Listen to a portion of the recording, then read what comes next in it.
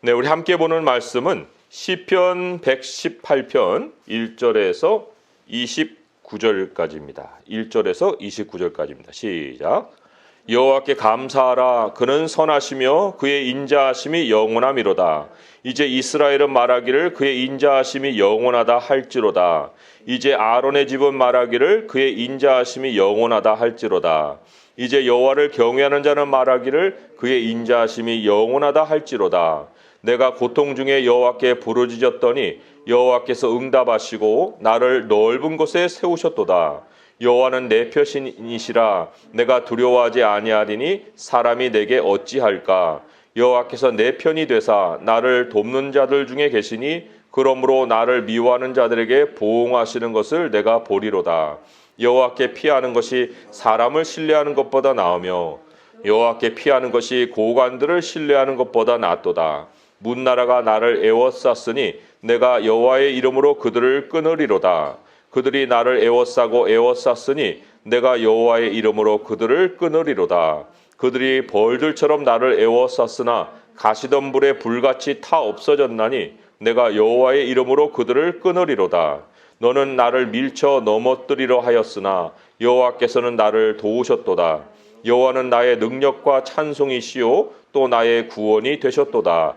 의인들의 장막에는 기쁜 소리, 구원의 소리가 있으며 여호와의 오른손이 권능을 베푸시며 여호와의 오른손이 높이 들렸으며 여호와의 오른손이 권능을 베푸시는도다. 내가 죽지 않고 살아서 여호와께서 하시는 일을 선포하리로다. 여호와께서 나를 심히 경책하셨어도 죽음에는 넘기지 아니하셨도다. 내게 의의 문들을 열지어다. 내가 그리로 들어가서 여호와께 감사하리로다. 이는 여호와의 문이라. 의인들이 그리로 들어가리로다. 주께서 내게 응답하시고 나의 구원이 되셨으니 내가 주께 감사하리이다. 건축자가 버린 돌이 짐 모퉁이의 머릿돌이 되었나니 이는 여호와께서 행하신 것이요 우리 눈에 기이한 바로다. 이날은 여호와께서 정하신 것이라. 이날에 우리가 즐거워하고 기뻐하리로다. 여호와여 구하옵나니 이제 구원하소서. 여호와여 우리가 구하옵나니 이제 형통하게 하소서. 여호와의 이름으로 오는 자가 복이 있으며 우리가 여호와의 집에서 너희를 축복하였도다. 여호와는 하나님이시라. 그가 우리에게 빛을 비추셨으니 밧줄로 절기 제물을 제단 뿔에 맬지어다. 주는 나의 하나님이시라. 내가 주께 감사하리이다. 주는 나의 하나님이시라. 내가 주를 높이리이다. 여호와께 감사하라. 그는 선하시며 그의 인자하심이 영원함이로다. 아멘. 네, 시편 118편 읽은 첫 절에도 여호와께 감사하라 그랬죠. 또 마지막에도 29절에 여호와께 감사하라. 그는 선하시며 그의 인자하심이 영원함이로다. 이렇게 감사로 이렇게 감싸 있는 시편이에요. 그 중간에도 감사란 말이 여러 번 나옵니다. 감사라는 거는요, 하나님에 대한 아주 생생한 체험이 있을 때 나오는 거예요. 억지로 감사를 만들어낼 수는 없습니다. 감사할 줄을 안다는 것은 하나님을 안다는 표시예요. 우리가 당연히 해야 되는 것이 있는가 하면은 특별히 행하는 것이 있죠. 엑스트라로 여유 있게 행하는 것이 있습니다. 참 하나님이 우리에게 원하시는 것은 자원함이지 억지로가 아니거든요. 하나님이 그 이스라엘 백성들을 이끌어 가시기 위해서 초등학문에 맡기셨어요. 그 얼마나 억지로 하나님을 참 따르려고 했는지 몰라요. 하지만 하나님이 본래 의도하시는 것은 그렇게 억지로가 아니라 정말 그 안에서 하나님께 감사를 느끼고 자원함을 느끼고 기쁨으로 하나님을 찾아 나가기를 원하신 거였거든요. 우리가 감사라고 할 때 우리 헌금에도 감사 헌금이 있잖아요. 그러면 감사 헌금이라는 건 사실 엑스트라거든요. 하나님이 반드시 그 하나님께 드려라 하는 11조와는 달리 감사 헌금은 뭐 반드시라는 말을 안 하시거든요. 그런 엑스트라를 하나님이 우리에게 요구도 안 하시는데 그것이 우리 마음에서 우러날 수 있는 그 이유가 어디 있을까? 그건 하나님에 대한 체험에서 나오는 거예요. 하나님을 알고 하나님에 대해서 내가 정말 감사를 느낄 때, 그럴 때 이제 그러한 특별한 것을 하나님께 하고 싶은 생각들이 이제 나오는 거죠. 반대로 하나님과의 이제 거리가 생기면, 하나님을 체험하지 않아서 거리가 생기는 게 아니고요. 하나님을 알고도 거리가 띄어질 때가 있어요. 하나님을 체험했는데 하나님에게서 마음이 멀어지게 되면은 그 표시가 무엇으로 나타나냐? 이 감사가 없어지는 거예요. 엑스트라라는 게 없는 거예요. 그리고 하나님께 무엇을 하는 게 자꾸 아까워지고, 그리고는 내 삶이 더 중심에서 더 소중해지는 이런 상황으로 변질해 갑니다. 하나님이 오늘 감사라는 것을 명령으로 전달했거든요. 여호와께 감사하라. 이 명령이에요. 그러면 사실 이 감사라는 것은 말씀드렸듯이 자원함으로 돼야 되는 건데 왜 명령을 하실까? 여호와께 감사하라고. 그럼 이거는 억지 감사를 만들어내는 것일까? 그렇지가 않습니다. 오늘 말씀에도 보면은요, 18절에 여호와께서 나를 심히 경책하셨어도 죽음에는 넘기지 아니하셨도다. 지금 여기 벌어지는 모든 상황이 배후에 하나님의 경책이 있어요. 징계가 있습니다. 그 징계를 통해서 지금 하나님은 이 사람을, 시편을 쓴 이 사람을 통해서 하나님께 감사를 회복시켜주고자 하는 의도를 가지신 거예요. 그러면 사람이 왜 경책을 받고 하나님께 감사라는 명령을 받을까? 이 감사라는 것이 그 반대를 생각해 보면요, 여호와를 잊어버린 거예요. 여호와를 잊어버린 거예요. 하나님을 잊어버린 거예요. 하나님을 잊어버리면 사실 매우 어려운 일이 생기거든요. 그러니까 하나님이 다 알고 계시는 거예요. 그런데 그걸 그냥 내버려둬요? 그럴 수 없잖아요. 하나님을 잊어버린 자에게 감사를 회복시켜야, 그래야 그 바른 삶으로 돌아오기 때문에 하나님이 지금 여호와께 감사라고 명령하시는 것은 그것이 억지로 감사를 만들어내려는 것이 아니라 바른 삶으로 돌이키려는 의도를 가지신 거예요. 시편 50편을 한번 참고해서 보겠습니다. 시편 50편 22절 23절의 말씀, 굉장히 중요한 말씀이에요. 같이 한번 찾아볼게요. 시편 50편 22절 23절입니다. 함께 읽어보겠습니다. 시작. 하나님을 잊어버린 너희여, 이제 이를 생각하라. 그렇지 아니하면 내가 너희를 찢으리니 건질 자 없으리라. 감사로 제사를 드리는 자가 나를 영화롭게 하나니 그의 행위를 옳게 하는 자에게 내가 하나님의 구원을 보이리라. 네, 여기 어떤 경고가 있어요? 하나님이 우리를 찢으신다. 삶이 산산조각이 난다.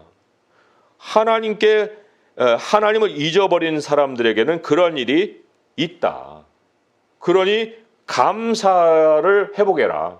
감사로 제사를 드린다는 건 이제 감사하는 것을 가지고 하나님을 찾는 거예요. 예배 자리를 찾아오는 거예요. 그랬을 때에 하나님이 구원을 보여주신다. 다시금 삶을 다 이렇게 아물게 만들어서 회복을 시키시고, 그리고 그 안에서 하나님이 다시금 일하시는 것을 체험케 하신다. 이런 의미거든요. 그래서 오늘 우리가 이 감사라는 것을 조금은 더 자세하게 알 필요가 있습니다. 그리고 이것을 내가 잃어버려서는 안 되겠구나. 또 하나님을 잊어서는 안 되겠구나. 하나님을 잊지 않기 위해서 감사가 늘 내 마음에 있어야겠구나 하고 이제 우리가 마음에 다짐을 할 수가 있는 거죠.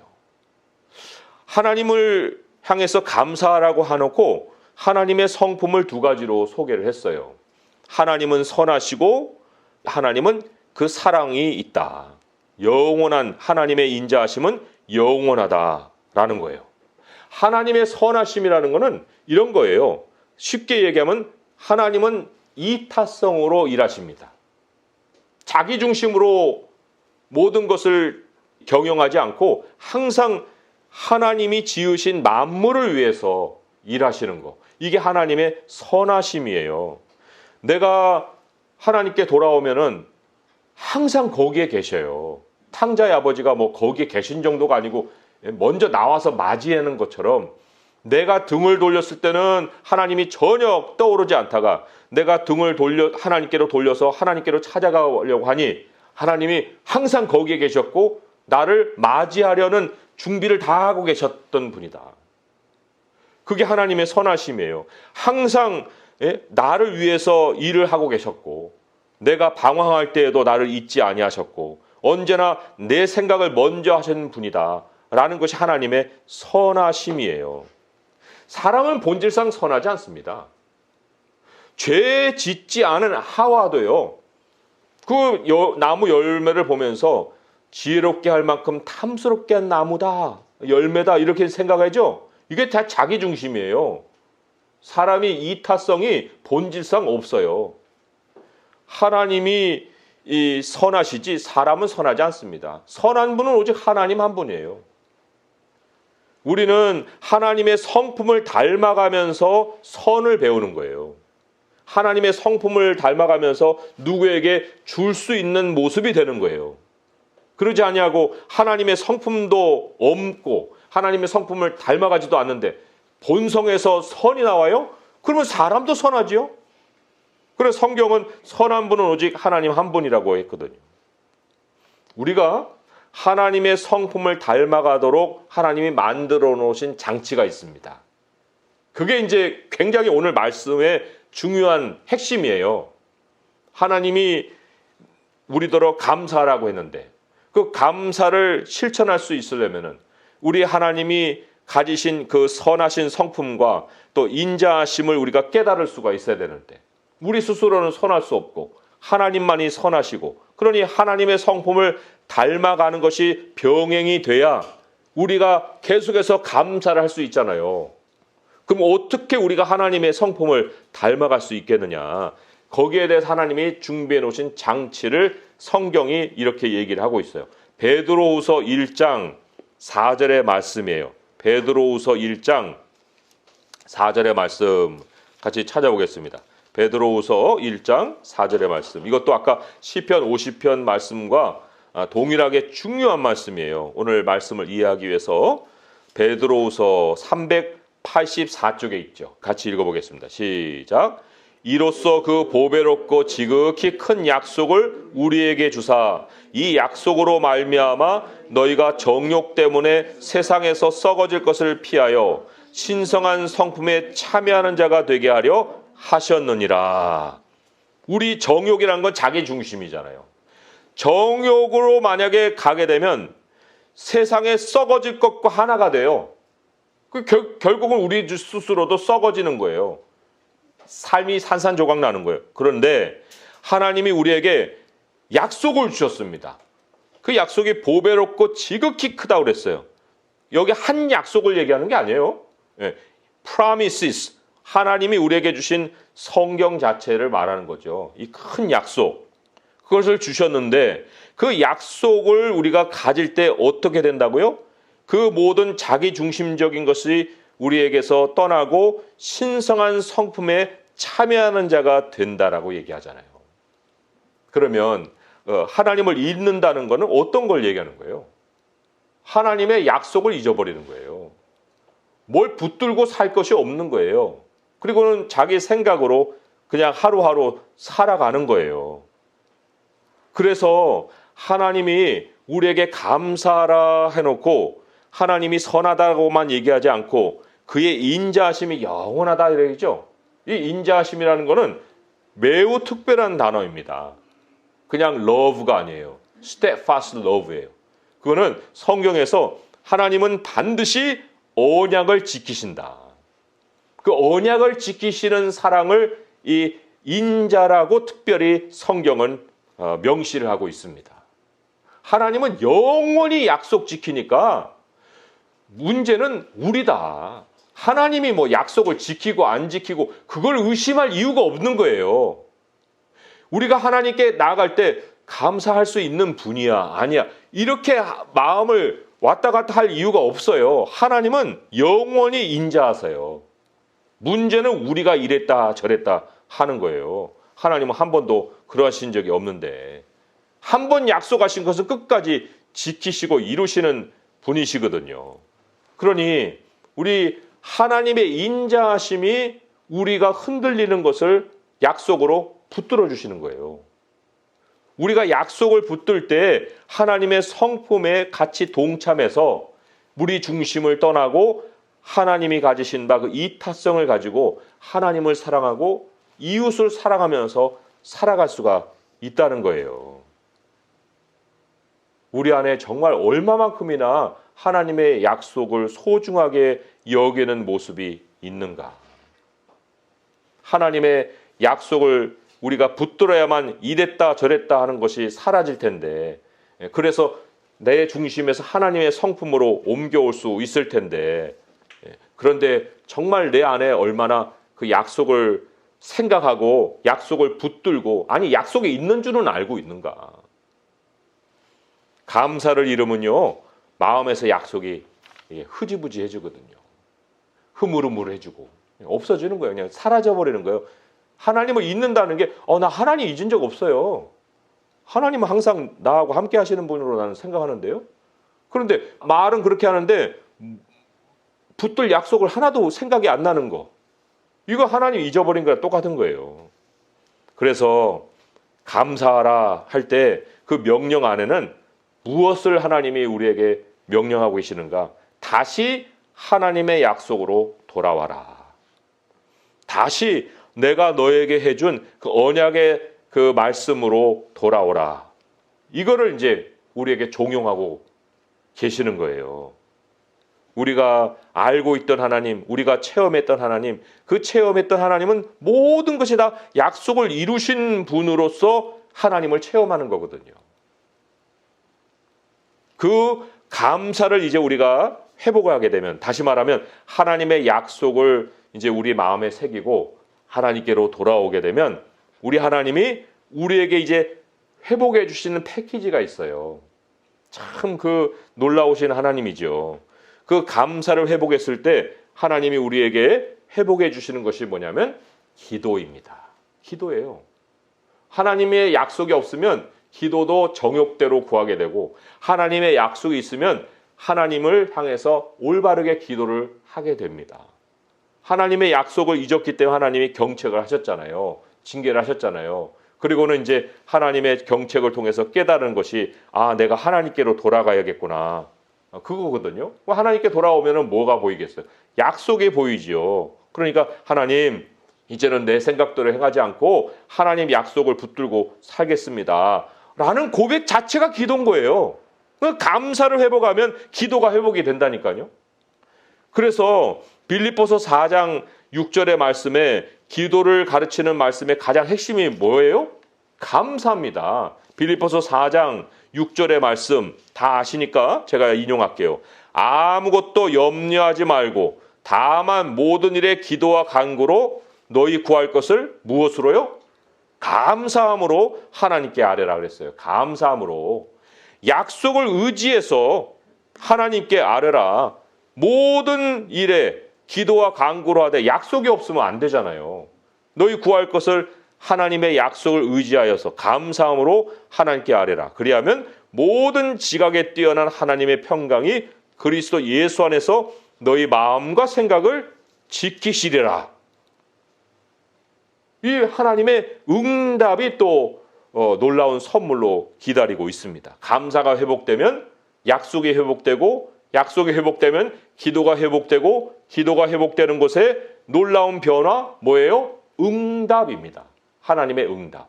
하나님의 뜻대로 구하는 것은 무엇이든지 들으신다 그랬어요. 그래서 오늘 말씀에 지금 이스라엘도 아론의 집도 여호와를 경외하는 자도 다 지금 뭔가 하나님을 잊어버린 상황에 하나님이 하나님의 인자하심을 다시금 기억하게 하셔서, 하나님은 약속을 지키니 너가 이랬다 저랬다 하는 것에서 돌아오면, 그래서 하나님께 기도하면 5절의 말씀을 같이 읽어보겠습니다. 시작. 내가 고통 중에 여호와께 부르짖었더니 여호와께서 응답하시고 나를 넓은 곳에 세우셨도다. 이 고통이 왜 있었겠어요? 고통은 감사를 잃어버렸기 때문에 그런 거거든요. 하나님을 잊었기 때문에. 그런데 이 고통 중에 감사가 회복되어서 하나님께 부르짖었더니 여호와께서 응답하시고 나를 넓은 곳에 세우셨다. 넓은 곳이라는 것은 자유한 곳이에요. 묶이지 않는 곳이에요. 그러면 그 전에는 어떤 상황이었겠습니까? 이 사람이. 지금 고통이라는 단어도 성경에서 자주 사용하는 단어가 아니에요. 다른 데도 고통이라는 단어가 나오지만 여기에서 나오는 이 고통은 매우 특별한 단어입니다. 뭐 번역해 놓으니까 똑같은 단어로 번역이 돼서 그냥 아픔을 느끼는 거니 하지만 아니에요. 이 고통은 이 10절, 11절에 나오는 것처럼 애워싸이는 고통이에요. 애워싸인다. 애워싸고 애워쌌다 하잖아요. 꼼짝달싹 못하는 거예요. 옴짝달싹 못하는 그 형편을 성경은 고통이라고 얘기하고 있어요. 그럼 이 고통이 왜 찾아왔겠어요? 그 감사를 잃어버렸기 때문에, 하나님의 약속에 의지하지 않았기 때문에, 그 고통을 통해서 하나님이 다시금 하나님을 찾게끔 만들어 놓으신 거죠. 그 고통에 놓이면 사람이 어떤 지경이 생기느냐? 7절에 보니까 나를 미워하는 자들이 생겨요. 또 13절에 보게 되면 나를 밀쳐 넘어뜨리려 하는 사람들이 생겨요. 미워하는 사람 생겨요. 나를 밀쳐 넘어뜨리려는 사람이 생겨요. 17절에 보면은 내가 죽지 않고 살아서 했기 때문에 죽이려는 사람까지 생기는 거예요. 이게 칼로 찔러서 생명을 없애려는 그런 경우도 생각해 보겠지만, 아무튼 내 삶을 완전히 망가뜨리려는 그 사람들의 시도가 있다는 거예요. 그러면 우리는 생각하기를 그들에게 모든 잘못이 있는 것으로 여길 수 있겠죠. 하지만 하나님이 우리에게 일깨워 주시는 것은 그것이 아니다. 그런 것을 사용해서 내가 너를 깨워주려고 하는 것이 있다. 그게 뭐예요? 약속으로 돌아와라. 하나님의 약속으로 돌아와라. 감사를 회복하라. 그거예요. 이게 한 개인만이 그런 공격을 당하는 것이 아니거든요. 한 개인으로, 어떤 한 개인으로부터 공격을 당하는 것이 아니고요. 10절에 보게 되면 문나라가 나를 에워쌌다. 모든 열방이. 12절에 보니까 그들이 벌들처럼 나를 에워쌌다. 이 집단으로 지금 한 사람을 공격하는 거거든요. 이게 지금 전체주의 사회에서 사지로 내몰리는 어떤 소수의 사람을 생각해 볼 수 있는데, 코로나도 마찬가지예요. 지금 모든 개개의 그리스도인들이 이 지금 집단으로 일어나는 이 일로 인해서 얼마나 고통하는지 몰라요. 나는 아니다? 어떻게 아니에요? 모든 하나님의 백성이 고통을 당하면 그 가운데 나도 고통을 당하는 거죠. 개인으로 느끼는 거지 집단으로 느낀다는 게 어떤 거예요? 개인으로 느끼는 것이 모여서 집단으로 느껴지는 거 아니겠어요? 그런데 교회는 고통을 하고 있는데 나는 아니다? 어떻게 그럴 수 있어요? 여기 이스라엘 아론의 집 여호와를 경외하는데 다 똑같다는데. 하나님의 백성이 당하는 고통, 한국에서 다르고 미국에서 다를 수 있겠죠. 하지만 그러나 전체적으로 볼 때 그것이 안타깝게 느껴지는 것은 내 개인의 문제로도 느껴질 수 있어야 되는 거예요. 절대로 우리가 잊지 말아야 될 자리는 가해자의 자리예요. 우리는 가해자의 자리에 있을 수 없습니다. 누가 미워한다는데 내가 그 미워하는 당사자예요? 밀쳐 넘어뜨리려고 한다는데 내가 밀쳐 넘어뜨리는 그 당사자가 돼요? 이거는 큰일 날 일이죠. 우리 하나님이 우리로 이렇게 애워싸이는 상황에 놓였을 때, 그때 하나님이 이제 주시는 응답이 있는데, 그 응답이 바로 6절에 여호와는 내 편이시라 이거예요. 이야, 이거 정말 하나님을 다시 알게 되는 거잖아요. 하나님을 다시 내 안에서 체험하게 되는 거잖아요. 여호와는 내 편이시라 내가 두려워하지 아니하리니 사람이 내게 어찌할까. 하나님 모든 사람의 편이 될 수도 있어요. 선인과 악인에게 해를 다 비춰주신다고 했잖아요. 비를 다 내려주신다고 했잖아요. 어떻게 내 편이라고만 얘기를 할 수 있겠어요. 그런데 하나님은 반드시 하나님이 편이 내어주시는 사람이 있습니다. 그가 누구냐? 하나님께 감사하는 사람이에요. 하나님의 약속을 붙드는 사람이에요. 하나님의 언약을 온전히 의지하는 사람이에요. 그래서 10절에서 12절에 보게 되면 문나라가 나를 에워쌌으니 내가 여호와의 이름으로 그들을 끊으리로다. 여호와의 이름이라는 것은 언약의 하나님이거든요. 약속을 주신 하나님이거든요. 그 약속을 주신 하나님의 이름으로 기도하는 거예요. 그리고 그들이 나를 에워쌌으니 내가 여호와의 이름으로 그들을 끊으리로다. 그들이 벌들처럼 그를 에워쌌으나 가시덤불에 불같이 타없어져나니 내가 여호와의 이름으로 그들을 끊으리로다. 감사하는 자, 하나님의 약속으로 기도하는 자, 반드시 하나님이 도와주신다는 약속입니다. 하나님의 인자하심은 영원하기 때문에 그런 거예요. 자, 그런데 참 아까 감사라는 것은 엑스트라라고 그랬죠.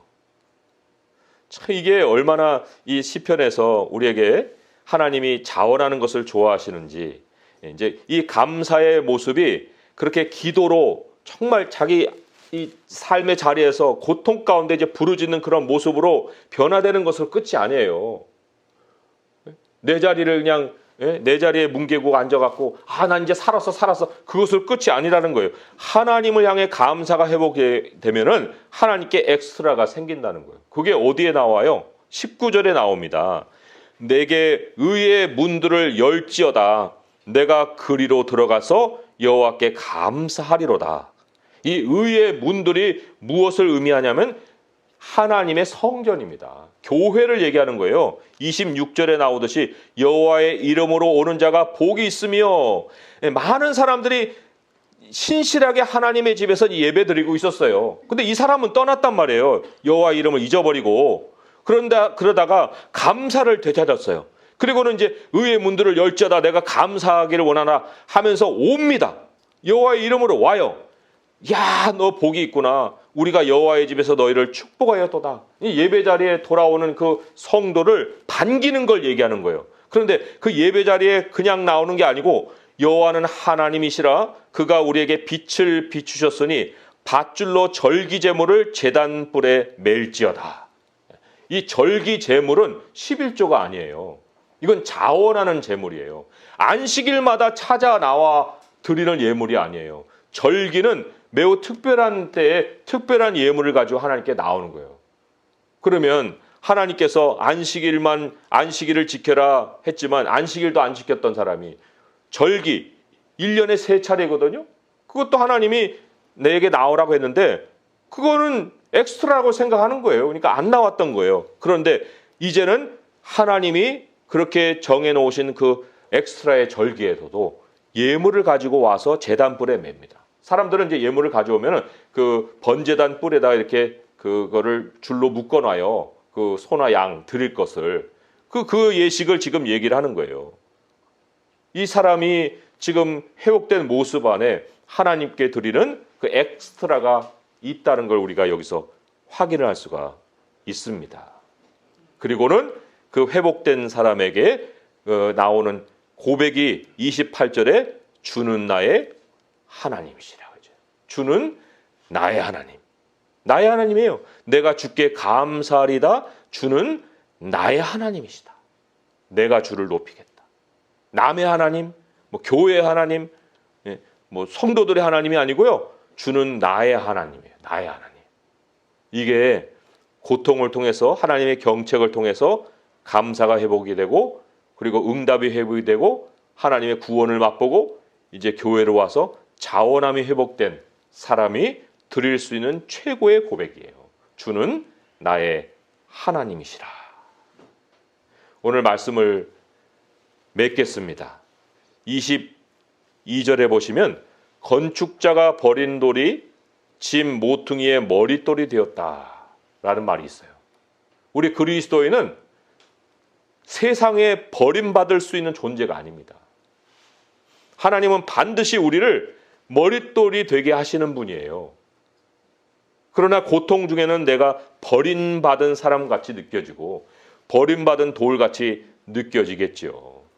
그러나 우리 예수 그리스도가 늘 하나님의 약속대로 하나님의 뜻대로 하나님의 때를 기다리면서 움직여 사셨기에 짐 모퉁이의 머릿돌로 세워지셨잖아요. 우리에게는 결론의 날이 있습니다. 정해놓으신 날이 있어요. 24절에 보듯이 이날은 여호와께서 정하신 것이라 이날에 우리가 즐거워하고 기뻐하리로다. 무슨 날이에요? 하나님이 우리를 모퉁이의 머릿돌이 되게 하시는 기이한 일을 이루시는 날이에요. 그날이 우리에게 정해져 있으니 우리는 결단코 버려진 자도 아니고 그리고 쓸모없는 그런 인생으로 태어난 자들도 아니다.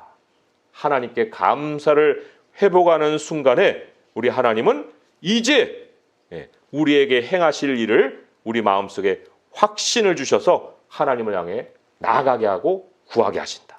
오늘 25절의 말씀 함께 읽어보겠습니다. 시작. 여호와여 구하옵나니 이제 구원하소서. 여호와여 우리가 구하옵나니 이제 형통하게 하소서. 감사를 회복한 자의 확신과 자신감이 이제 하나님께 구원을 호소하고 형통을 구할 수 있는 권리가 생기는 거예요.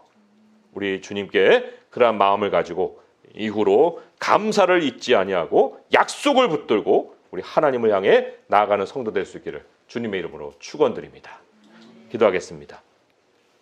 하나님 아버지, 우리가 기도해야 되는 것은 아는데 감사함으로 하나님께 기도하는 것에 대해서는 우리의 생각에서 또 잘 떠오르지 않을 때가 있습니다.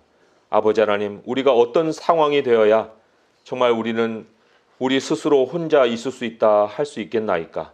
그러한 상황은 땅에서는 없고 우리 오직 주님이 우리를 동행해 주실 때에 우리는 평안함을 누릴 수 있습니다.